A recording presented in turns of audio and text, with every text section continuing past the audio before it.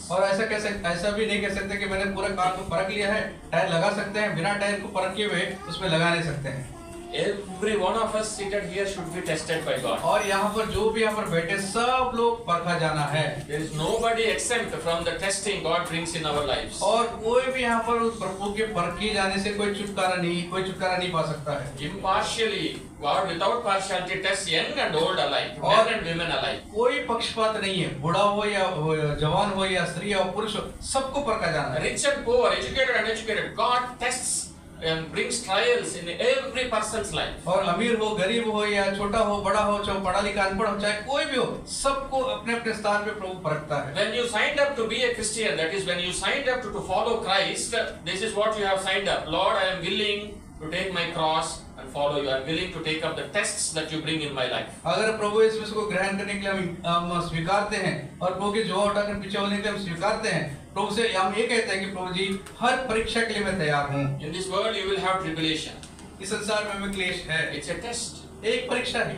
So every individual is tested. और हर एक व्यक्ति दूसरे ये परीक्षा है। In Genesis chapter 22, God tests Abraham. और उत्पत्ति 22 अध्याय में प्रभु ने अब्राहम को परखा। Yeah, he wanted to test Abraham. The word of God itself says he wanted to test Abraham. और वचन में ही लिखा है अब्राहम को परखना चाहा। Because Abraham, God is going to made a covenant with Abraham. क्योंकि प्रभु ने अब्राहम से एक वाचा बांधा था। There is a study called covenant theology. और एक स्टडी है कवेनेंट थियोलॉजी नाम पर। On the various covenants God has made with humans. अलग-अलग वाचाएं जो है मनुष्य के साथ प्रभु ने बनाया है। God made a covenant with Abraham. देखिए अब्राहम से प्रभु ने एक वाचा बांधा। And for Abraham to be worthy of this covenant, God has to test thoroughly Abraham. और ये जो वाचा के अनुसार अब्राहम को परखने का पूरा अधिकार प्रभु को है। God has called you to be an elder. और प्रभु आपको एक प्राचीन ने बुलाया। Without any test you become an elder so easily. क्या आप बिना कोई परखे हुए आप एक प्राचीन बन सकते हो? God has called you to be a singer. आपको प्रभु ने गायक के लिए प्रभु ने चुना। Do you think without any test of being worthy for a singer, God will simply make you a singer? क्या बिना कोई परखे जाना के बिना आप क्या एक गायक बन सकते हो? A Sunday school teacher, एक संडे स्कूल टीचर के लिए, a preacher, एक संदेशक a के लिए, pastor, एक पास्टर, a God servant, एक प्रभु के a दास के लिए, deacon. एक प्राचीन के लिए। For whatever you are called, God for sure is going to test you. और जो काम के लिए प्रभु आपको चुना है सबको प्रभु परखा जाएगा। You cannot say I am not going to go through the school of testing. और आप ये नहीं कह सकते कि मैं इस परखने वाले स्कूल से मैं नहीं जा सकता। Abraham was tested because God was on the other end the covenant maker. क्योंकि प्रभु उसको परखा, क्योंकि एक और बाजू में प्रभु उसके साथ वाचा बांधा था। The covenant was through your son. I will make of you a great nation. और मैं तेरे संतान के द्वारा एक बड़ा मैं जाति को बनाऊंगा।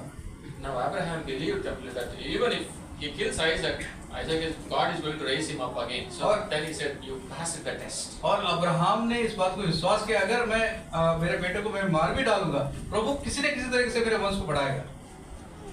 Now there is another test in New Testament. The Lord asked Philip about feeding the 5,000.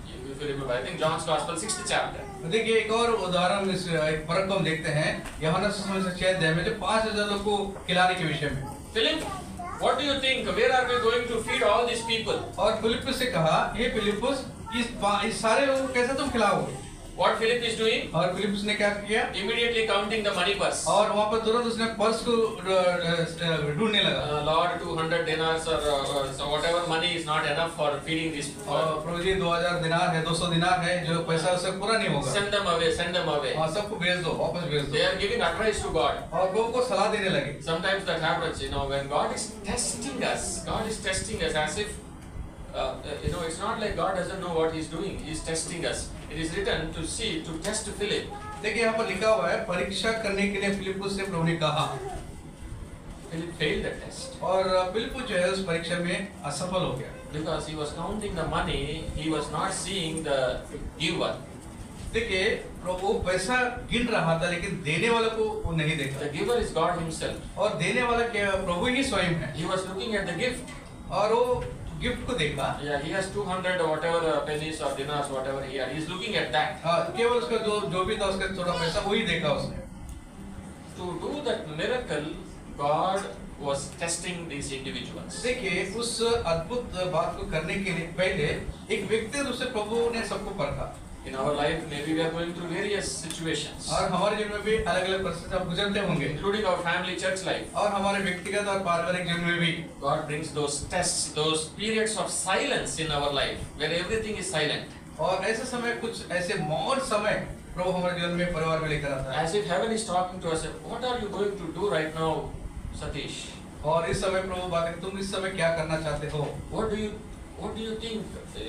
What is your next step? और अगला कदम क्या लेने वाले हो। That is a test. एक फर्क है, एक परीक्षा है। That moments of silence from heaven is a test in our life. अगर प्रभु स्वर्ग से उस समय हमारे जीवन में कुछ मौन समय होता है, मतलब वो परीक्षा का समय I है। lift up mine eyes unto the hills, from whence cometh my help? My help cometh from the Lord who made the heaven and the earth.